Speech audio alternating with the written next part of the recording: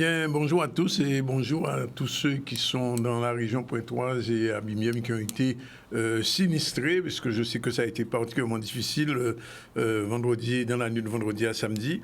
Bonjour aussi à tous nos téléspectateurs qui n'ont pas été sinistrés. On demande de la solidarité dans la région de Grande-Terre, particulièrement entre Pointe-à-Pitre, les Abîmes et aussi Gosier. Il y a eu 7 événements, mais il y a aussi 2 événements hier à Pointe-à-Pitre, au CHU. Il y a eu le matin, le 1er mai, de petits mots là-dessus. Et puis aussi, il y a eu ce moment intense d'émotion, mais aussi de belleté, qu'on a dit en créole, puisqu'il y avait un défilé oblique. On en parlera tout à l'heure dans notre sujet. Sinon, on va recevoir dans un instant au téléphone Christian Ténor Bazac avec lui. C'est un volcanologue, mais c'est aussi un ingénieur à la retraite. Il connaît très bien les problèmes d'eau, les problèmes de tsunami. Et puis sur 1.3, il connaît bien la région. Il va nous expliquer un petit peu ce qui s'est passé ce week-end. On va parler aussi avec, un peu plus tard, Madame Odile Espagné-Balta. Elle est directrice environnement et développement durable à Cap Excellence. Elle sera avec nous en direct tout à l'heure. On fera un point avec Éric Dételot, qui est directeur du territoire du cul-de-sac marin. C'est pour la route de Guadeloupe. Et puis, il nous restera à accueillir Ghetto Ntello. Il va nous parler de manifestations qu'il va organiser ces jours-ci. Sinon, l'actualité, bien sûr, c'est le département. Le président du conseil général ou du départemental qui était en visite suite aux inondations. Olivier Moradel l'a suivi. C'était assez particulier dans la région pointoise. Solidarité avec la Banque alimentaire. Suite à ces inondations, Moun Capoté Manève. On parlera de la grève Air France et puis du défilé du 1er mai. Voilà ce qui fait l'actualité. Merci d'être avec nous, aussi nombreux tous les jours de la semaine, en tout cas dans le ZCL et sur les autres émissions de Canal. Alors, je vous l'ai dit, le problème du jour, l'eau qu'a contré Zo en Chimay, songez ces viandes qui étaient qu'à Couveille. L'eau qu'a contré Zo en Chimay, songez ces viandes qui étaient qu'à Couveille. Il ne faut pas oublier d'où l'on vient et ce que la vie vous réserve, et cela peu importe notre niveau social. C'est le proverbe du jour, toujours tiré du livre de Didier Manette. Alors, au sujet, bien sûr, vous allez comprendre, je vais prendre la peine de déboutonner ma chemise. Pourquoi ? Pourquoi ? Parce que vous allez voir, quand il y a écrit là, Bica Résistance. Effectivement, hier, il y avait une manifestation Bica Résistance. Vous allez voir les images tout de suite. Ça a été extraordinaire, très beau. Des femmes, le plus souvent suspendues, qui se sont transformées en mannequins. J'étais lunettée par Aline Mujoin et puis habillée par gonflée par Madame Kémé aussi qui a fait le déplacement depuis l'Afrique. Regardez un peu ces images de ce défilé d'hier. La reine Néfertiti qui est autre que l'avocate Jocelyne Gélabal. C'est Madame Kémé en bleu qu'on voit. C'est elle qui a habillé la plupart des gens, des hommes surtout. Et vous voyez, tous ces soignants, il n'y a pas à peine filayo, puisqu'elles ont été hier des mannequins. Il y en avait beaucoup, il y avait une quarantaine, on ne verra pas tout le monde, mais enfin, on verra quelques-unes et elles étaient vraiment bien vêtues. Et puis voilà, Toutankhamon et la reine Néfertiti, pratiquement à la fin du défilé, qui ont fait une démonstration de la beauté et de la grâce guadeloupéenne, montrer que là, nous voulons faire, nous avons fait belle mitin, et c'était extrêmement important. Il y avait beaucoup de gens, et les gens étaient très contents. On va écouter un petit extrait d'une parole. C'était l'animatrice, Jelly, l'animatrice du jour. Écoutez, si moi ça a été dit, c'était hier, juste avant, à la fin de la manifestation. Au nom de toutes ces femmes qui travaillent au CHU, au nom de toutes ces femmes, parce que nous étions là pour beaucoup de choses. Quand il y a eu le tremblement de terre en Haïti, nous, on était là. On a soigné les gens. Quand l'hôpital a brûlé, nous, on était là. On a soigné les gens. Quand il y a eu le Montserrat, les centres de Montserrat, nous, on était là. On a soigné les gens. On n'a jamais, à aucun moment refusé de soigner les gens. Et puis, il y a 2 ou 3 stars là qui sont arrivés dans mon CHU, dans mon système de santé, dans ce système qui dit que l'accès aux soins, c'est pour tous. Ils sont venus là. Ils sont venus nous emmerder. Ils sont venus avec leurs copains, les perlins pimpins là. Ils sont venus nous emmerder, nous empêcher de soigner notre peuple. Je les emmerde. C'était donc hier en Bika Résistance là au CHU. Il y avait beaucoup de gens et beaucoup de belles choses, beaucoup de belles mounes. Il faut saluer aussi Madame.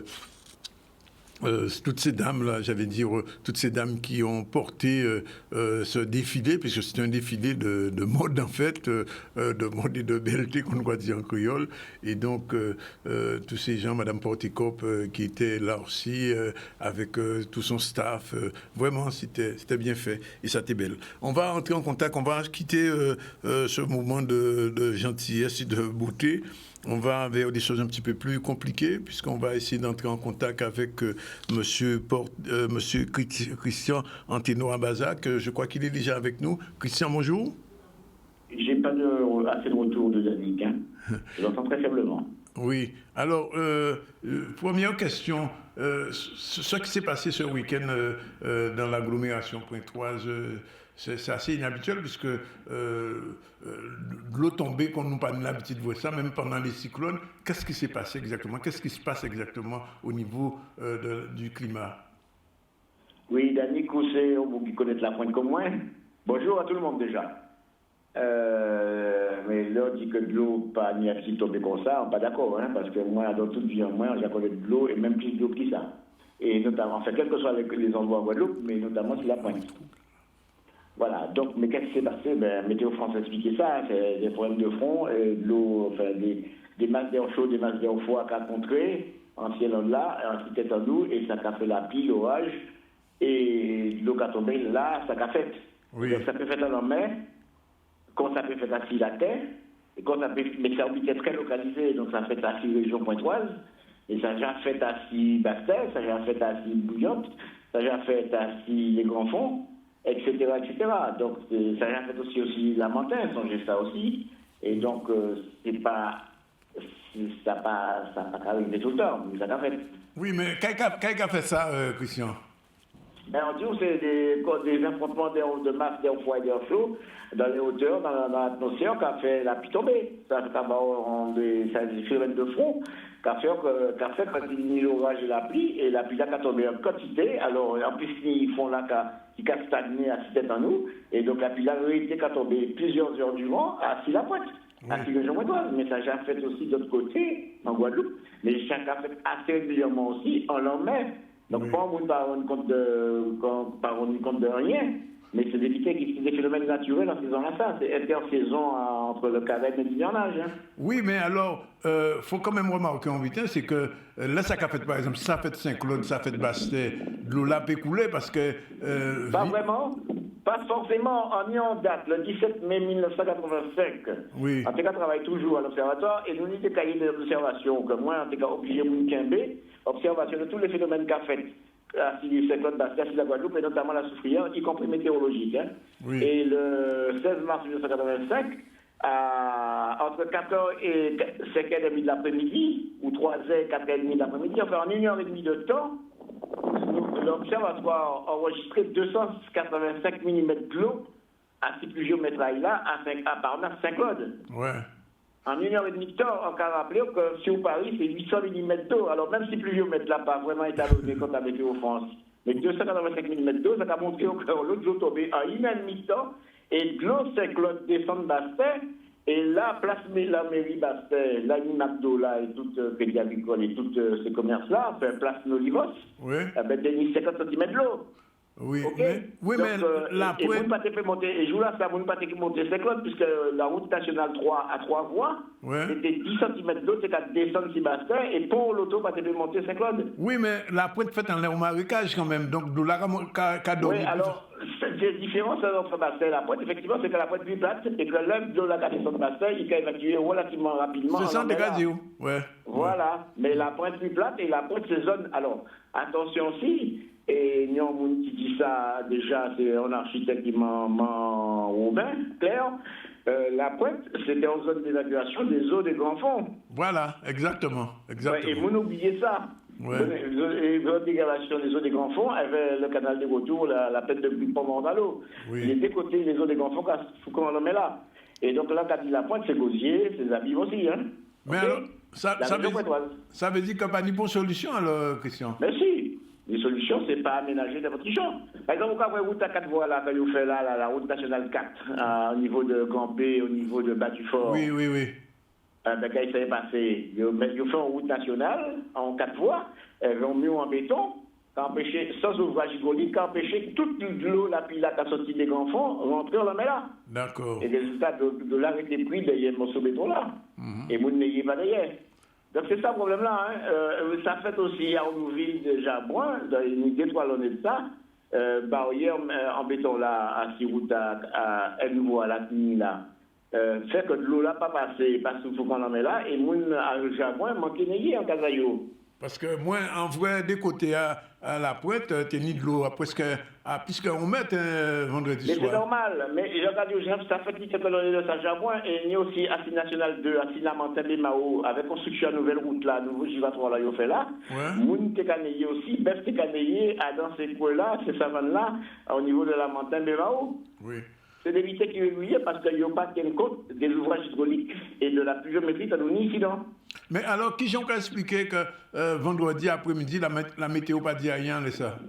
Ah ben ça, alors là, certainement, en cas de défense des collègues-là, météo ne peut pas prévoir ça. Météo prévoit qu'il y a un problème, il peut être vigilant jeune, mais il ne peut pas prévoir l'intensité à problème là, parce que c'est impossible à prévoir, et surtout il ne peut pas prévoir localisation à problème là. Oui. Alors, c'est impossible à faire. C'est un bitec qui est arrivé, ça peut être fait en lendemain, oui, parce que vous voyez rien. Ça peut être fait à Sibastin, ça peut être fait à Saint-François, ça peut être fait à Moule, au passage, n'importe qui côté de Guadeloupe. Bon, monde ne peut pas prévoir ça à l'avance. Donc, Météo France savent qu'il y a un problème comme ça qu'elle a fait, mais il ne peut pas prévoir qui côté. C'est pas possible. Techniquement parlant, c'est impossible. En tant que des spécialistes disent, ou même des politiques disent, public là aussi dit que c'est qu'en niveau là, il y a bouché en région Zabim et en région La Pointe qui fait de l'eau là pas circuler en bas. Non, mais oui, mais c'est un facteur. Inondation là, ça c'est un facteur de plusieurs. Enfin, c'est un bitec qui fait plusieurs facteurs. Oui. C'est un bitec qui fait parce que l'eau, la pluie est tombée.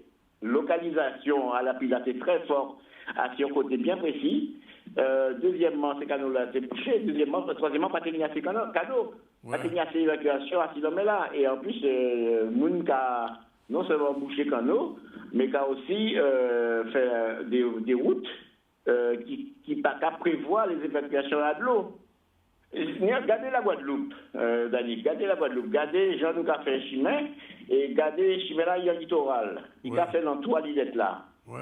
Ben, et montagne là en mi-temps, la ville là en mi-temps, c'est mon en mi-temps. Là, la ville a tombé là, il faut bien de l'eau là traverser la rue là pour y aller là. Absolument. Et voilà, et si pour faire tout ça, il faut pour que mi-temps on l'a pas laissé pour la passer pour y aller là. Gaïs ça est passé pour cette Gosier Bas-du-Fort. Eh bien, forcément, il est obligé d'accumuler et inonder et n'ayez moun. Oui. Et c'est ça, il est passé. Donc, c'est un problème général de politique d'aménagement du territoire. C'est pas un problème de météo France, c'est pas un problème à préfet là non plus. Le préfet là, il va théâtre dans ça non plus. Et météo France, il peut y voir qu'il y a un phénomène comme ça. Mais c'est conséquence à ce phénomène là, c'est lié au fait que nous avons aménagé les pays en nous, n'importe qui genre. C'est surtout ça le problème là. Alors, vous voulez dire qu'il y a fait constructionnement à case et à chimie sans tenir compte de climat là et de circulation de l'eau là, c'est ça qu'on dit? Exactement. Non, exactement. Globalement, c'est ça qu'a fait dans tous les pays du monde, et notamment en France, tout ce temps-là, que ce soit à bord de la mer, que ce soit en montagne. Moun qui a construit, là, les anciens ont dit que Moun Bani doit construire. Ouais. Et Dani Koussé, on a l'argent moins, nous faisons l'école ensemble, on a supposé qu'on a changé le bas du fort, Gosier, dans les années 60-70, 50-60, éventuellement début 70, qui était en campagne. Bas du fort Gosier, pas tenu pont case. OK? Et c'est en zone de mangrove. Et en même temps, c'est en presqu'île. Est-ce que moun savent, moun qui a été bas du fort Gosier, que c'est en presqu'île? C'est-à-dire qu'il y a un petit pont qui permet de sortir de bas du fort Gosier qui sont cul-de-sac. Ouais, pour passer de l'autre côté. Et pour arriver à ces zones commerciales là. Et si ce pont-là s'est écrasé, on passe au bas du fort. Ouais. Et moi, qui a parlé de grands camps tout le temps, l'aménagement de grands camps, mais il faut parler aussi de Bas-du-Fort. C'est le même problème-là. Et ça risque de où arriver encore? Mais évidemment, qu'on fait. La pique roue tombe encore, l'orage que vous faites encore, ça, c'est normal. C'est 6 cas sur pays en nous, pays tropical humide. Ouais. Ça obligé, en fait, surtout si tu pas prendre précaution pour que, atténuer le problème à conséquence, ça peut faire. Alors, Nous pas construire comme il faut, nous pas construire gens nous d'être construits, nous pas construire dans des lieux où il doit construire.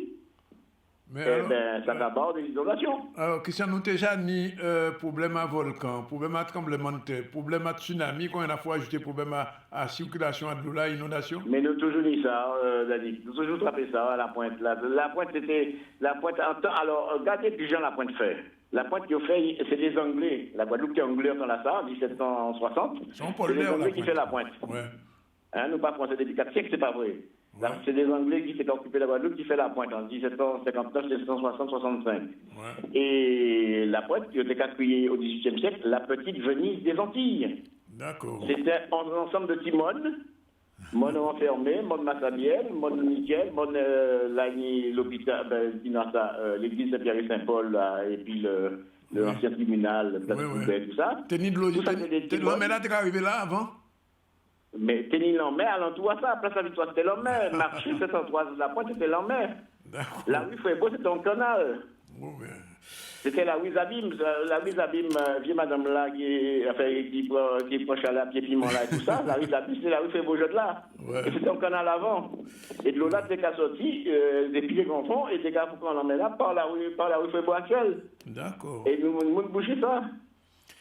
Donc ça nous obligeait, comme nous sommes les grands fonds, nous sommes à l'eau, ça obligeait que la pluie tombe dans les grands fonds. Ouais. Les grands fonds, c'est zones à de l'eau, et en cas de faire remarquer l'antibitin, nous, au régime tropical humide, sur le régime des alizés, des vents alizés. Ouais. Les vents alizés, c'est d'est en ouest. D'accord? Oui. Et plus grande largeur à la Guadeloupe, c'est zone désirade, Pointe des Châteaux, Saint-François, Gaudé-César, Saint-François, Mornalo, Zabim, ouais. La Montagne, Sainte-Rose, Pointe-Noire, s'il le faut, s'il le faut. OK? C'est là des plus grande largeur à la Guadeloupe, plus grande envergure, ça dit à peu près 70 km. Donc, quand on regarde Cuba, c'est même que la Cuba est-ouest, mais Cuba, c'est plus de 1000 km de longueur. D'accord. Et donc, à un moment donné, à cause de l'évaporation diurne, l'évolution diurne, l'évapotranspiration de la végétation, de l'eau, nuage qui a formé à Sidésirade, Saint-François, et puis qui a commencé à condenser, à Siganfond, Mornalo, et puis qui a fini l'abîme, la montagne Sainte-Rose. Et c'est à cause de circulation avant là, et en même temps à cause de sens à la Guadeloupe. Ce genre-là, il fait géographiquement parlant, on ne peut pas changer. Oui. Et Cuba, c'est le même mais c'est un petit peu plus grande longueur, donc le problème là, plus grave, est arrivé à la Havane, à 5 h de l'après-midi, il y a l'orage et la pluie, à peu près régulièrement, tous les 5 h de l'après-midi. Alors, donc, la Guadeloupe, c'est ça. Oui. Et dans saison, quand nous la saison intermédiaire entre carême et hivernage, c'est ça qui a fait. D'accord. Christian, une dernière question. Une dernière question. Qui j'en fait ça tombé en quelle région, on veut dire la pointe des abîmes et rien, pas touché ni les autres côtés Basset. Toi, pendant des années matin, tu as regardé la télévision, tu as regardé un film Cowboy, un film de New Morricone, là, il était une fois dans l'Ouest, un film qu'on connaît bien, mais encore bien aimé. Et on s'est qu'attendre l'orage au loin, et on s'est qu'attendre un petit côté, un petit lapis qui est tombé à Casamance de temps en temps. Mais on sait que c'est qu'à des météos aussi, on voit que tu as un gros nuage à Sigontais, et on voit que la pluie là s'est concentrée plutôt à Sigontais, mais on va peut-être comprendre que c'est tombé aussi fort et aussi longtemps. Mais ça, c'est bon, ça sera le problème. Okay. Mais pour qui m'ait fait ça, c'est parce qu'il est tombé là par hasard à Sigontais, mais il peut tomber n'importe côté à Simou, à Sciences Bertrand, à Silamantin, à Pointe des Châteaux, ou bien à Bastet, Bouillant, tout comme ça, j'ai fait. Et c'est par hasard qu'on a tombé à la pointe. Et comme la pointe est une zone très urbanisée et mal aménagée, ça fait les dégâts que ça fait. C'est tout. Bien, c'est aussi comme ça. Hein? Oui, merci, monsieur le spécialiste. Toujours content de vous expliquer nous ça qu'a fait un pays là. Voilà, 12h52, on va revenir à l'actualité. L'actualité, effectivement, c'est ces inondations, effectivement, sur le terrain. Le président du Conseil général, Olivier Moandel, était avec lui. On regarde.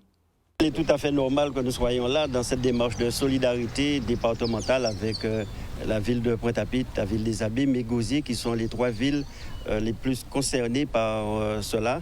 Donc, comme on a vu, il faut agir très rapidement avec les pompiers pour pompage, pour permettre qu'il y ait une diminution donc, de l'eau, avec les services techniques pour intervenir effectivement. Bon, il semblerait que c'est tout le week-end qu'il va y avoir plus ou moins ce phénomène et faire en sorte que nous puissions prévenir par rapport à cette nuit et voire demain. C'est voir comment on rétablit une certaine circulation, comment on nettoie les écoles qui sont inondées et il faut prévoir une fermeture de certaines écoles, notamment à Loricis, à Fernand-Beauchamp aussi.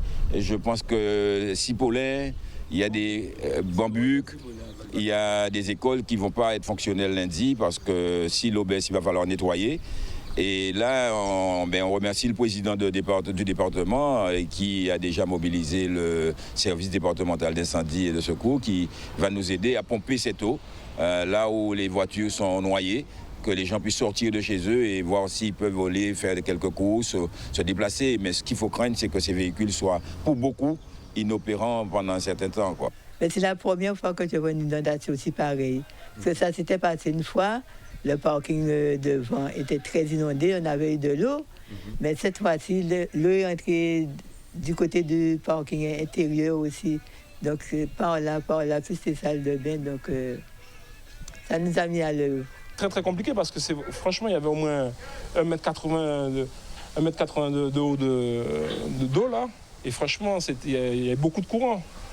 Et c'était assez compliqué. À la base, je voulais faire sortir ma mère par devant. Et comme il y avait vraiment trop de courant, donc j'étais obligé de passer à l'arrière. Comme il y a des chaînes, de le faire monter.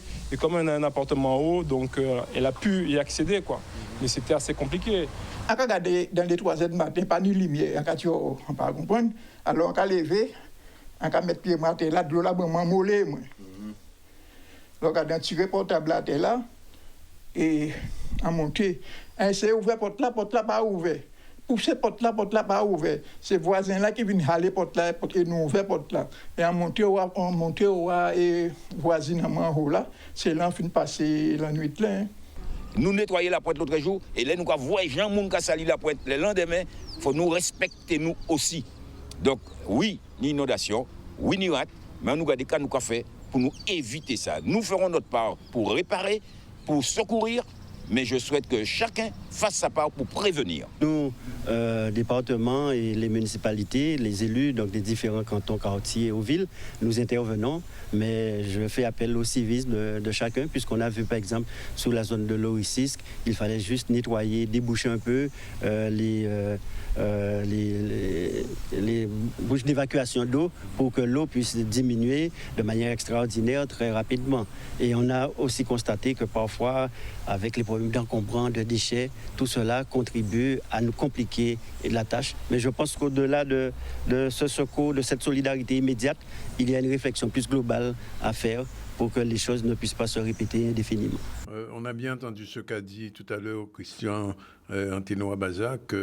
Nous sommes dans une zone, bien sûr, tropicale humide. L'eau qui arrive à Pointe-à-Pitre dans la région sort des grands fonds. Les routes ont été construites sans tenir compte de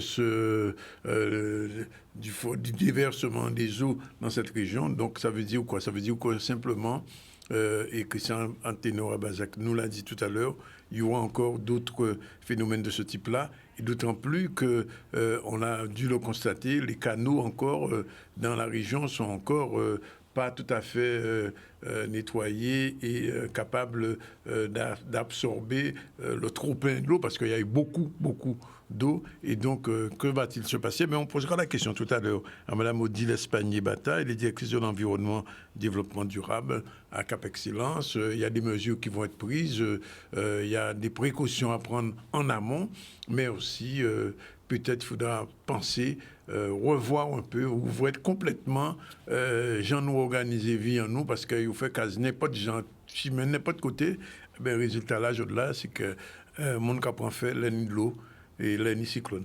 À tout à l'heure pour la suite, on prend la première pause. Voilà, il est exactement 13h04. On reprend le programme du jour. Oui, comme d'habitude. Alors, pour du jour, là, au cas contre réseau en chemin, songez chez Vienne qui était qu'à Couveille. Il ne faut pas oublier d'où l'on vient et ce que la vie nous réserve, et cela peu importe. Et cela peu importe notre niveau social. Didier Manette dans son voyage. Alors, je voulais dire, on va recevoir des spécialistes. Madame Odile Espagné-Bata, bonjour. Bonjour. Vous êtes directeur adjointe de l'aménagement du territoire et du développement durable. À Cap Excellence. Oui. Et Éric Detelot, directeur du territoire du culte de Sac-Marin. Oui. Pour Route de Guadeloupe. Alors, juste une précision. Oui. Qu'est-ce que c'est le territoire du culte de Sac-Marin en termes géographiquement? Oui, géographiquement, c'est tout ce qui est de la zone culte de Sac-Marin, Ouais. tout ce qui est l'agglomération Pointe-à-Pitre, Rabim, Bémao, Gosier. Pas Gosier aussi? Gosier aussi. Gosier aussi. Une partie du Gosier. Oui, Donc, alors. c'est le culte de Sac-Marin. Donc, on a Route de Guadeloupe, c'est une histoire. Hein. Oui. Donc, on a donné des noms symboliques, Oui. un petit peu, culte de Sac-Marin, Arc Atlantique, Sud Ah bon, il y a Caraïbes. Arc Atlantique. Oui, il y a Arc Atlantique. Ce sont des noms symboliques. Ce sont des noms D'accord. symboliques Oui. qui ont permis Parce que quand j'ai vu ça, je me suis dit, mais je suis trompé, Non, parce que ça se trouve dans la zone du culte de Sac-Marin. Oui. Le centre d'exploitation, l'agence qui gère ce secteur se trouve dans le culte de Sac-Marin. D'accord. Donc, on a donné le culte de Sac-Marin. Nous avons aussi une Donc, direction c'est les qui se routes de la mer aussi, alors. Pas de la mer. C'est pareil, sur Sainte-Anne, nous avons une direction qui s'appelle Arc Atlantique. Arc Atlantique. Et puis sur Bastia, c'est Sud Caraïbes. D'accord, c'est très poétique. Alors, Voilà. Madame Espagné, d'abord vous, au matin, j'imagine que vous n'avez pas été surprise par ce qui s'est passé. Alors, vous voulez parler, je pense, des inondations de Oui. ce week-end. Oui. Alors, surprise par l'événement à ce moment-là, oui. Oui. Maintenant, nous travaillons depuis longtemps sur le risque inondation, puisque nous savons que le territoire de Cap Excellence est vulnérable aux inondations, Oui. aussi bien par précipitation, ce qu'on a eu ce week-end, que par submersion marine. Et ça, on espère ne pas le connaître bientôt, mais il faut s'y préparer. Mais il y a un plan quand même de prévention qui existe, ce qu'on appelle le PAPI, qui est un nom assez bizarre, bon, enfin c'est le nom. Alors le PAPI, c'est le programme d'action de prévention des inondations. Oui. Donc c'est un dispositif de labellisation des actions, des interventions qu'une autorité peut envisager en matière de lutte contre les inondations. Et donc cette labellisation permet d'avoir des financements, de travailler sur des axes bien précis comme la communication, l'alerte, la prévention, la réduction de l'aléa, des inondations, et puis la réduction de l'occurrence des événements, c'est-à-dire réduire le nombre de fois où le phénomène sera significatif et voire destructeur. Donc, ce dispositif PAPI, c'est un dispositif qui est géré sur la base d'un cahier des charges qui est élaboré par l'État. Et quand on est labellisé PAPI, eh bien, on a le financement qui va bien et on a les différents axes qui permettent de proposer des actions. Et puis, c'est un dispositif qui est multipartenarial, donc avec les collectivités qui s'engagent pour, l'État, la région, enfin, voilà, les grands acteurs qui sont concernés par le risque inondation. Sur le territoire de Cap Excellence, le PAPI a démarré il y a déjà quelques temps, 2018 je crois, où suite aux dernières inondations meurtrières, hélas, les 6 villes du bassin versant des Grands Fonds, se sont mises d'accord pour pouvoir mettre en place une stratégie de lutte contre les inondations. Donc, c'est la ville des Abîmes à l'époque qui était pilote du PAPI, avec Gosier, Morne-à-l'Eau, Pointe-à-Pitre, Abîmes bien sûr, Sainte-Anne. Et donc l'idée c'était avec ces 4 villes-là, établir une feuille de route pour savoir comment intervenir sur le territoire pour lutter contre les inondations. Donc il y a eu des études pour mieux connaître les phénomènes, donc les écoulements. Donc on dit bassin versant des Grands Fonds. On dit que tout sort des Grands Fonds, mais il y a plusieurs bassins versants dans les Grands Fonds. Donc vous avez vu qu'il y a de l'eau qui arrive sur Gosier. Oui. Il y en a qui viennent du Gosier mais qui arrivent sur Pointe-à-Pitre. Il y en a de Pointe-à-Pitre, des Abîmes. Il y en a qui arrivent vers Morne-à-l'Eau et il y en a qui arrivent sur Pointe-à-Pitre, enfin, en passant par Abîmes, Rézé. Donc on dit les bassins versants du... Pointe-à-Pitre sur le déversoir en fait. Du bassin versant du Rézé, effectivement, et une partie de celui du Gosier aussi. Il n'y a pas de remède pour ça. Alors là, hélas, on n'est pas très optimiste sur les hypothèses qui arrivent sur l'adaptation, le changement climatique. Oui. Et c'est ce qu'on appelle adaptation au changement climatique. Il va falloir tenir compte de ce changement climatique pour savoir si les épisodes pluvieux vont être plus forts, plus récurrents, etc. Donc ça, on commence à avoir une bonne connaissance de ces phénomènes, de ces hypothèses. Oui. Et c'est vrai que ça semble difficile de considérer qu'on va échapper à ce renforcement des phénomènes de ce type. Je reviens vers vous tout à l'heure. Je me tourne vers M. Detelot. Vous êtes représentant de Route de Guadeloupe avec un nom très poétique, puisque ce territoire du grand culte marin de cette région. Alors, oui. Du point de vue de la route, qu'est-ce qui est prévu? Parce que Madame disait, il y a le PAPI. Ça vous concerne aussi, le PAPI? Non, nous ne sommes pas directement concernés, mais c'est toujours, il y a le traitement des eaux pluviales aussi qui vient abonder, si vous voulez, tout ce qui est gestion de l'eau. Oui. Donc il faut en tenir compte. Oui. Donc là-dessus, on gère certains ouvrages qui vont gérer soit des eaux de surface, oui, mais c'est en quantité moindre. Mais sur la gestion de l'eau, chaque volume d'eau récolté vient gonfler en quelque sorte tout réservoir. Oui. Donc nous, à Route de Guadeloupe, nous avons aussi ce qu'on appelle des bassins de rétention qui permet aussi de gérer l'eau, de gérer un volume d'eau avant que ça n'arrive directement sur l'exutoire choisi. On a, par exemple, ce qu'on appelle, j'appelle la plaine de Petit-Bout, où en général, quand il pleut beaucoup. Oui. Est-ce que ça, c'est mieux géré aujourd'hui? On ne parlera pas de mieux gérer. On parlera de gestion et de suivi de gestion. C'est-à-dire que vous avez ce qu'on appelle des bassins naturels oui. qu'il faut laisser à l'État, ne pas construire dedans, ne pas trop modifier le profil. Oui. Oui, parce que ça modifie le profil foncier. Oui, donc vous créez un désordre. D'accord. Et ne pas modifier ce profil permet d'avoir une gestion au naturel. Parce que l'eau n'est pas compliquée. L'eau suit son cours normal, c'est d'aller du point haut au point bas. Oui, de route en bas, oui. Voilà. Oui. Donc, mais c'est quand on construit, on met du béton, il y a des habitations, il y a des nouvelles routes qui sont faites, des projets immobiliers qui sont faits, oui. Et qu'on modifie le profil de bassin de l'exutoire oui. naturel, c'est là que les désordres commencent à être créés. Oui, parce que justement, M. Abazac disait ça, il disait qu'on n'a pas assez tenu compte du sens de la circulation de l'eau. On a tenu compte de la circulation de la route, mais pas des voitures, mais pas de l'eau. Sinon, moi, je ne suis pas totalement d'accord avec lui, puisque c'est... Oui, non, moi, je vous dis, le sens de la route, elle est dans les deux sens. Oui. Oui, la route, c'est 80% de notre réseau routier, c'est de la bidirectionnelle. Donc la route, elle est dans les deux sens. À Granby. Oui, mais si vous prenez Granby est dans une cuvette. Oui, c'est une cuvette. Ouais, c'est une cuvette. Donc, remonter trop le profil de la route, oui. Maintenant, vous enterrez les gens dans l'eau, sous l'eau. Oui, c'est ça que je vous dis que il ne faut pas regarder à un point précis. D'accord. Il faut regarder sur sa globalité. D'accord. Et quand vous regardez, c'est pour ça qu'il y a des études qui sont menées, comme disait madame, il ne faut pas partir pour dire que ça a été bien fait, ça a été mal fait. C'est un profil général qu'il faut regarder. Peut-être qu'à l'époque, il y a eu des situations qui ont été faites, mais ils ont tenu compte de la période. Il y a la Guadeloupe à moins 30 ans, à moins 20 ans. Oui. C'est pas le même que la Guadeloupe aujourd'hui. C'est clair. Ouais, c'est surtout ça qu'il faut analyser et partant de là, mettre en face des nouvelles réflexions. Oui, parce que j'ai vu, enfin, je vois tous les deux, ce qui s'est fait à la sortie de Pointe-à-Pitre. Où il y avait généralement près du supermarché, c'était une voie avant Grand Camp, c'était une voie piscine. Oui. Alors, est-ce que ce qui a été fait permet un petit peu de modérer un petit peu On l'a vu sur ce phénomène qui s'est produit là le week-end dernier.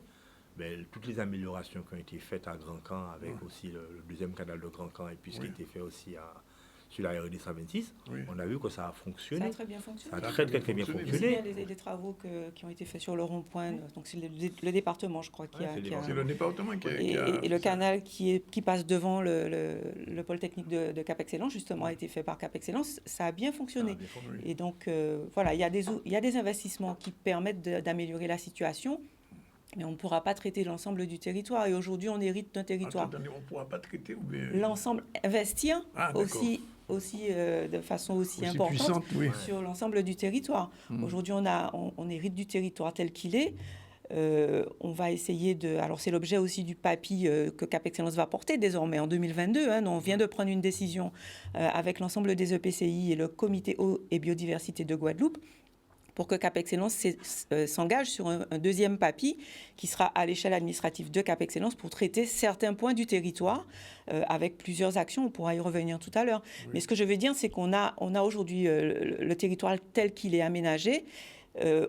L'enjeu pour nous, c'est de ne pas aggraver les choses, voire même de faire marche arrière sur certains projets si c'est nécessaire, parce qu'on a vu, les images sont impressionnantes, on a hélas des morts, donc ça veut dire qu'il faut vraiment remettre en question. 5 morts déjà aux abîmes il y a quelques années. Il y a eu des morts en 2011, je crois. C'est ce qui a déclenché d'ailleurs le premier PAPI, comme je le disais tout à l'heure.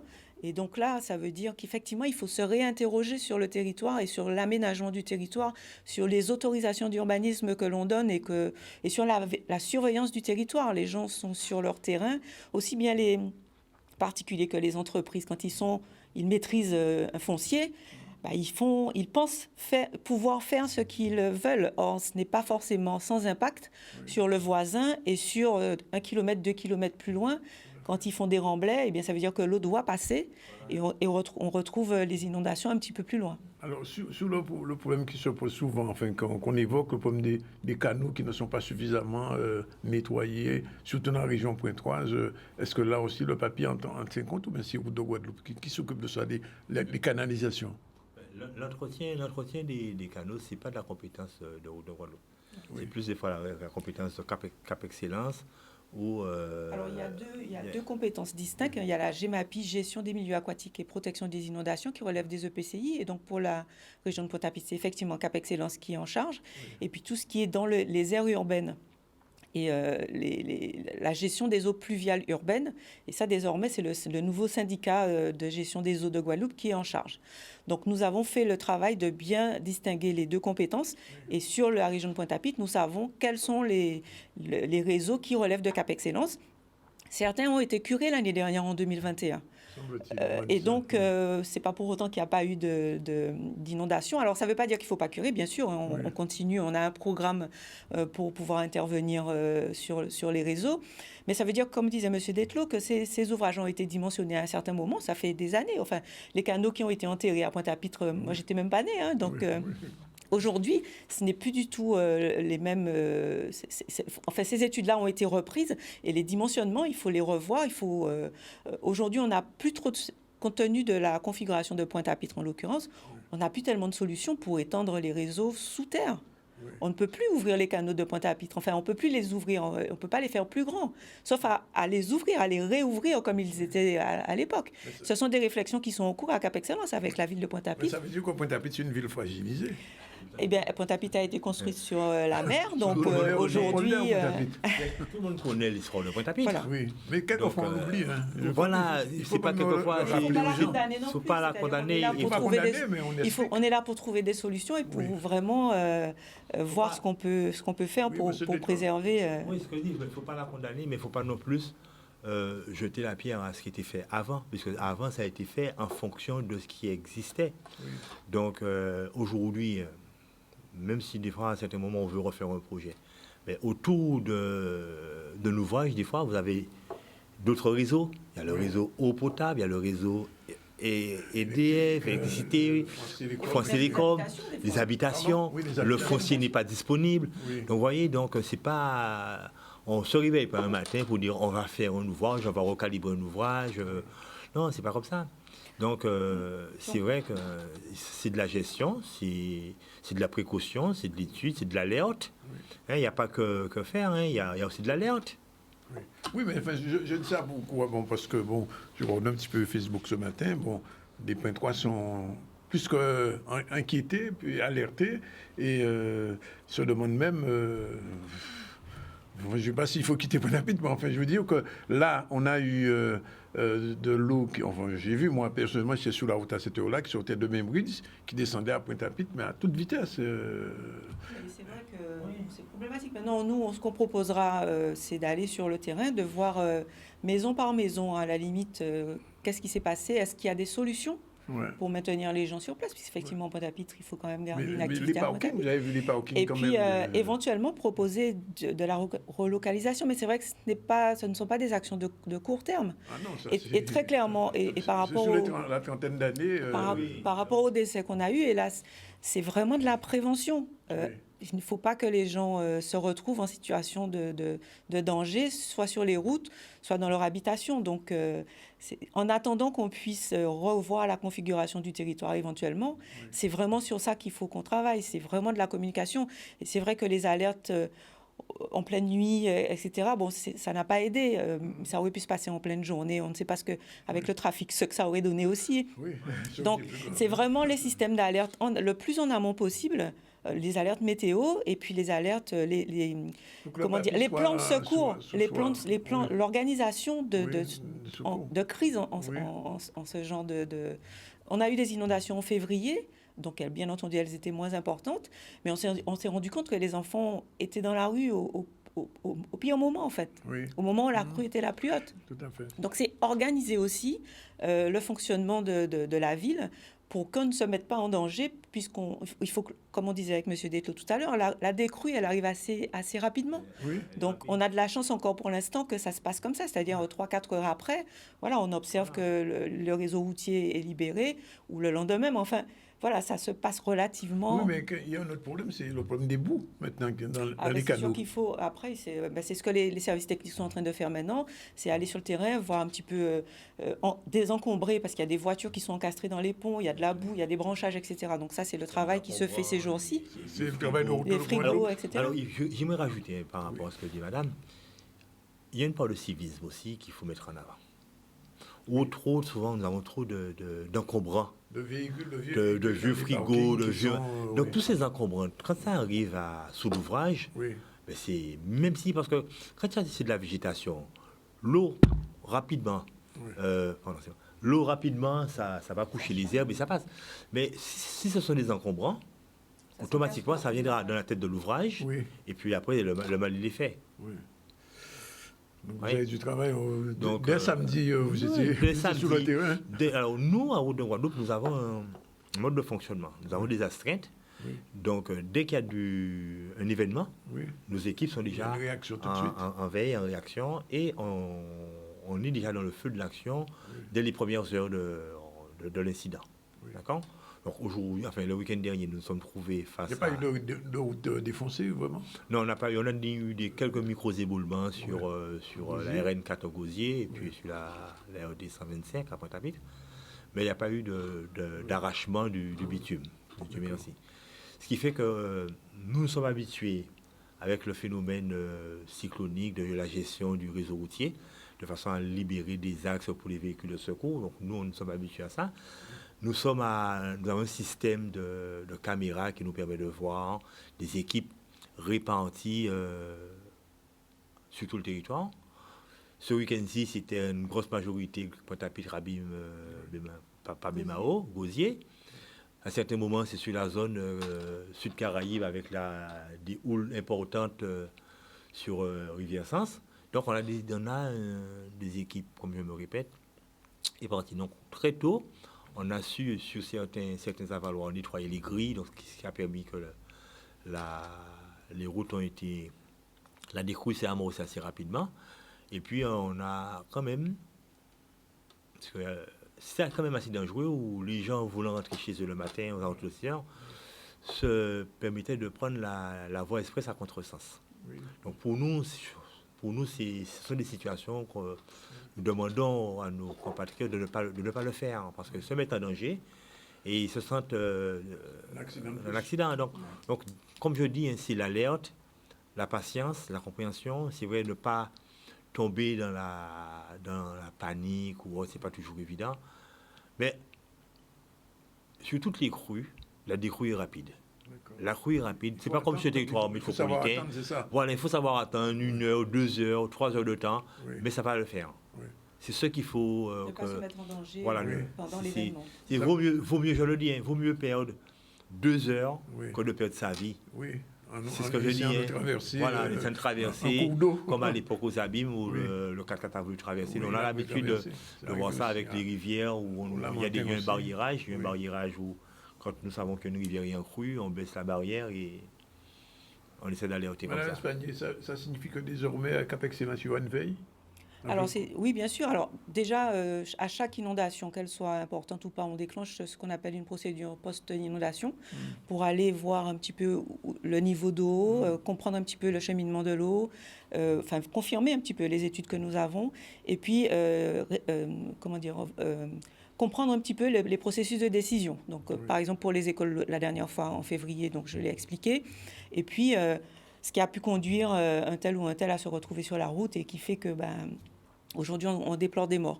Mais dans le papier que nous souhaitons porter, là, effectivement, le système de vigilance, de communication pour amener les gens à se rendre compte du niveau et à les inciter à ne pas effectivement franchir absolument les routes. Hein.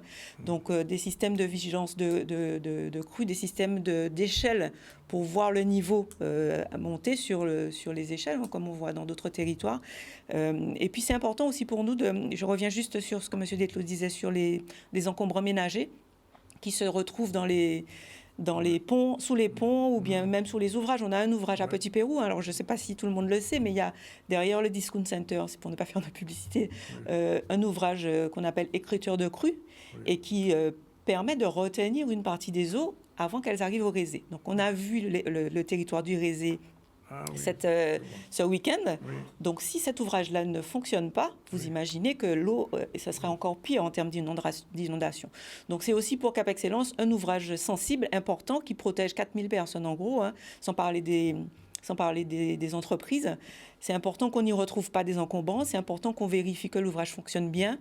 Et c'est aussi un gros chantier et ça demandera des investissements pour qu'on conforte cet ouvrage, qu'il joue bien son rôle, voire même qu'on en construise un deuxième un peu plus haut dans les grands fonds pour éviter que l'eau arrive ou que l'eau arrive plus lentement sur le territoire du Rézé, des Abîmes notamment. Votre dernier mot, ce sera un appel à la population. Qu'est-ce que vous avez à dire aux gens de l'agglo? Alors, bien entendu, pour ceux qui ont eu beaucoup de dommages ce week-end, il y a des dispositifs d'aide qui sont organisés au niveau des villes et des CECAS. Donc, on vous invite à rejoindre ces organismes pour pouvoir vous faire aider. Ensuite, en cas d'inondation, c'est sûr, éviter de prendre la route, éviter de se mettre en danger. Et effectivement, comme on l'a dit, attendre la décrue. Et puis, pour ceux qui sont en projet de construction ou qui sont détenteurs de foncier, attention à ne pas barrer le chemin de la route. Je reprends les termes des personnes qu'on a rencontrées sur les grands fonds. Les autorisations d'urbanisme, ce sont des autorisations, c'est de la réglementation, mais ce n'est pas que de la réglementation, c'est vraiment pour mettre les personnes dans des meilleures conditions, qu'on limite un peu les impacts des constructions et qu'on n'aggrave pas la situation. Et franchement, on a les messages, en attendant que sur le territoire de Cap Excellence, on puisse porter des investissements qui demandent des études ou qui demandent un peu plus de temps, vraiment respecter les consignes de sécurité, ne pas se mettre en danger, ne pas franchir les routes. Et puis, voilà, nous, on essaye d'être à vos côtés. Hein, on se rendra sur site pour essayer de proposer des solutions et accompagner, trouver des financements aussi. Ça, c'est important hein, pour que chacun puisse faire les travaux qui seraient peut-être possible de faire pour mettre les gens hors d'eau. En attendant le PAPI 2. Alors, tout cela, c'est dans le PAPI 2. Et donc, il nous faut effectivement des financements. On va les chercher auprès de l'État, on va les chercher auprès du FEDER. Bien, on vous remercie tous les deux d'être venus dire aussi parole apaisante, une situation un petit peu compliquée pour les gens qui ont été, entre guillemets, sinistrés. Voilà, il est 13h27, on prend la deuxième pause. On se retrouve tout à l'heure pour la suite du journal et les prochains invités. À tout à l'heure. Voilà, retour sur le plateau du ZCL News. On continue donc après avoir parlé des inondations d'une manière technique avec représentants de Route de Guadeloupe et de Cap Excellence. On va revenir à des choses plus concrètes puisqu'il y a des gens qui sont en difficulté depuis ce week-end. Solidarité de la Banque alimentaire suite aux inondations. Vianney Valverde a suivi ce qui s'est passé. Aujourd'hui, c'est exceptionnel. On ne travaille pas le samedi, mais dès qu'on est sollicité, on répond. Et nous avons été sollicités par le département suite aux intempéries qu'il y a eu la nuit dernière. Il y a quelques familles qui sont dans le besoin, qui ont perdu ou du moins qui ne peuvent pas rester chez eux, parce la maison a été inondée, que le département, je crois, est en train de reloger. Et bien sûr, ces gens-là, ils ont besoin de quoi se nourrir. Donc, nous sommes en train de préparer, là, on a presque fini, préparer une centaine de colis d'urgence pour ces personnes. Précisément 120 colis d'urgence à distribuer à ces personnes. On a eu le temps de préparer une centaine de colis pour les personnes en difficulté suite aux intempéries de hier soir. Et donc aujourd'hui, avec l'aide du SDIS et de certaines municipalités, ils vont pouvoir assurer la livraison de ces colis afin que les familles soient accompagnées dès ce soir en fait. Dans ces colis, on a mis plusieurs aliments, dont les aliments secs de première nécessité, des conserves alimentaires, des conserves de légumes, des conserves de plats cuisinés, après des conserves aussi de poissons pour l'équilibre alimentaire, des féculents, c'est-à-dire pâtes et riz, et aussi des compotes de pommes pour apporter un peu plus de compléments alimentaires nécessaires. On va les emmener pour que les villes qui l'ont sollicité, c'est-à-dire Pointe-à-Pitre et les Abîmes, les emmènent aux familles. Donc, comme ils n'ont pas forcément un véhicule adapté, donc on va les emmener pour qu'eux, ils distribuent. Et là, notre mission va s'arrêter là. Donc, malgré les inondations, il y a eu quand même ce grand mouvement habituel du 1er mai où toutes les organisations, il y en avait 12, s'étaient rassemblées au départ du CHU pour exprimer leur détermination, leur couleur et surtout demander aussi le retour à leur poste de travail des suspendus. Ce n'est pas encore évident, bien évidemment.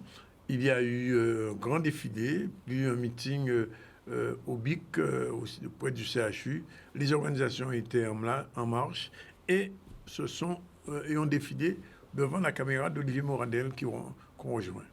C'était crier l'ensemble des peuples Guadeloupe qui travaillaient, mais aussi jeunes, chômeurs, retraités, familles à les grands frères, les jeunes justement qui étaient aussi dans les républiques.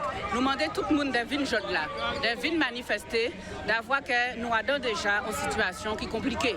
Ça donne un contexte particulier. Nous allons rappeler que depuis le 17 juillet, nous mobilisons contre l'obligation vaccinale, contre le pass sanitaire, mais aussi pour les libertés fondamentales, puisque nous avons constaté, musique en musique, c'est ça qu'il a supprimé. Et travailler en difficulté, puisque c'est précarité, c'est chômage, c'est remise en cause des acquis, des droits collectifs, et peuple Guadeloupe aussi en difficulté. Nous sommes en tradition pour nous faire bilan l'année là et réaffirmer détermination à côté combat là, si les revendications qui proposent nous. Alors aujourd'hui là, ça prend un aspect particulier. Parce que nous toujours gourmets par rapport à la vie chère. Nous avons des gens sortis en tout qui ont découvert la vie chère. Mais ces combats que nous toujours menés, et mais là nous avons plus grave. La politique à l'État français, c'est d'attaquer les jeunes, attaquer les travailleurs, attaquer les organisations et laisser toute prime dans l'État français qui a fait ici dans impuni. Et ça, nous ne pouvons pas accepter ça. Tout le monde qui a vrai empoisonnement, tout le monde qui a vrai pas ni de l'eau, ni pesticides, l'école en problème, transport, pas ni transport, enfin bref. Ça c'est important aujourd'hui là, compte tenu de la situation à pays en nous, et bien que le 1er mai là, ça, il réussit et il est belle. Et nous comptons d'avoir ni moun et Guadeloupéens répondre présent. Mais nous avons dit Guadeloupéens qu'il ne faut pas nous arrêter nous là. Il faut nous continuer à manifester ensemble, d'avoir que nous bien comprendre, à pas pour candidat, à pour élection qui fait rien bon nous. À pas pour monde qui fait rien bon nous. C'est rien qui là nous que gourmet en la rue là. Ensemble avec toutes composantes à pays là que nous que gagner revendication nous. Nous qu'a exigé encore une fois qu'il y ait réintégré le personnel, qu'il y ait les libéraux cabinet à yo, mais aussi qu'il y ait arrêté faire profitation si Guadeloupéens, qu'il y ait bon nous droits et liberté en nous, qu'il y ait fait en sorte que dans pays là Guadeloupéens peut vivre dignement et peut soigner yo dignement. 1er mai flamboyant et bien rouge, bien rouge et bien vert. Alors, grève Air France, c'est pas terminé puisque ce matin encore, les employés d'Air France ont organisé ce qu'on appelle on t'y marcher lentement, on va dire opération Molokoï. Michel Lepape s'est rendu du côté des salariés, savoir un peu exactement leurs principales revendications qu'on retrouve tout de suite. Aujourd'hui, les salariés d'Air France sont mobilisés parce que nous avons une problématique par rapport à la compagnie qui est implantée en Guadeloupe depuis plus de 80 années. L'escale de Pointe-à-Pitre, la Guadeloupe, est aujourd'hui la 3e escale à être visitée. 3e escale reconnue. La compagnie Air France, la direction, depuis plus de 15 ans, n'a fait aucune embauche en Guadeloupe. Aucune nouvelle embauche en Guadeloupe depuis plus de 15 ans. Aujourd'hui, il est inadmissible, en 2022, qu'il n'y ait pas cette possibilité à nos jeunes, à nos générations à venir, dans une escale qui rapporte autant à la compagnie Air France, qui prend sur nos Guadeloupéens, qu'elle ne puisse pas offrir à nos jeunes cette possibilité d'intégrer une compagnie aérienne en restant dans leur pays. La direction d'Air France, aujourd'hui, pousse ces jeunes, condamne ces jeunes à aller voir ailleurs et à ne pas pouvoir retourner dans leur pays, à ne pas pouvoir se développer au sein de la Guadeloupe. Aujourd'hui, nous disons stop. Aujourd'hui, nous demandons à ce que soit mis en place, comme dans d'autres escales. La direction d'Air France utilise aujourd'hui des procédés qui existent, qui sont mis en place par l'État pour pouvoir proposer des contrats aidés à nos jeunes, pour pouvoir les mettre au sein de l'entreprise et leur donner une chance de pouvoir intégrer en CDI cette entreprise.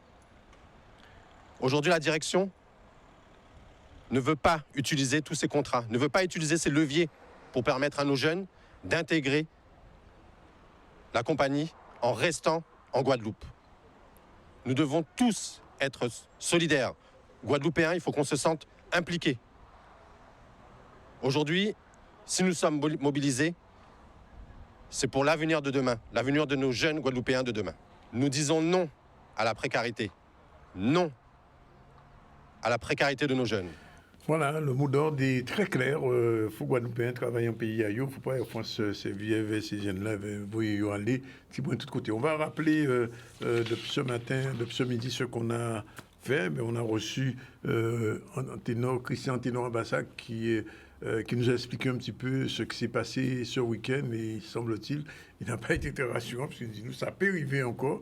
Donc, il faut nous faire attention. Et puis après, nous avons eu un petit débat avec un représentant de Route Guadeloupe, M. Dételot, et une représentante de Cap Excellence, Mme Espagny Bata, directrice de l'aménagement du territoire, qui nous a expliqué les difficultés qu'il y a aujourd'hui, mais aussi, surtout, rassurer quelque part en disant qu'avec le PAPI 1, parce qu'il y a une PAPI 2, on va pouvoir progressivement permettre aux Guadeloupéens d'être un tout petit peu plus en mode de prévention. D'ailleurs, on va voir cette vidéo, puisque c'est une vidéo qui est diffusée régulièrement par Cap Excellence. On regarde et je reviens vers vous pour clôturer. Les fortes pluies et les orages causent régulièrement d'importants dégâts en Guadeloupe. Pour se protéger, il faut anticiper. Il faut prévoir à faire avant. Dès l'alerte, écoutez la radio pour suivre les consignes. Sur la page météofrance.gp, retrouvez la carte de vigilance et les informations importantes. L'école est un lieu sûr. Les enfants sont pris en charge par le personnel. Le premier endroit à éviter, c'est la route. Organisez-vous avec vos proches pour rester à l'abri en attendant que la situation s'améliore. Tous les bons gestes sur www.papidesgrandsfonds.fr.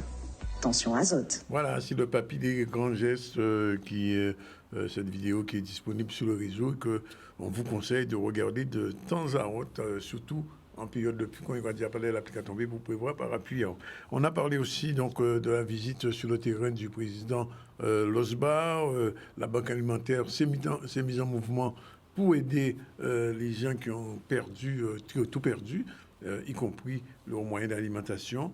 On a parlé aussi de ce défilé du 1er mai avec 12 organisations qui se sont rassemblées hier devant le CHU et qui ont défilé Pointe-à-Pitre, qui ont exercé leur droit à réclamer la réintégration des personnels suspendus depuis le mois de novembre pour certains. Nous aurons l'occasion d'y revenir jeudi prochain.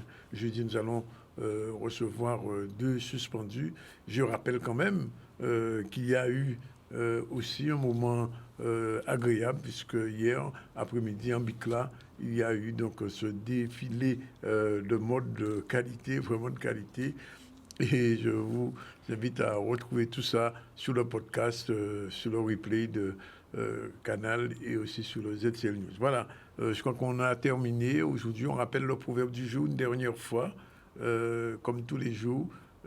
Proverbe avec, grâce à Odalia qui nous choisit les proverbes tous les jours. Là, au cas contre les eaux en chemin, c'est viande qui t'est couveille. Il ne faut pas oublier d'où l'on vient et ce que la vie nous réserve, et cela peu importe notre niveau social. Merci à Odalia, merci à Jordan, merci aussi à Cynthia, toute la petite équipe du ZCL qui, chaque jour, vous permet d'avoir les meilleures informations de la Guadeloupe. Et nous faut vous dire, voilà, à demain.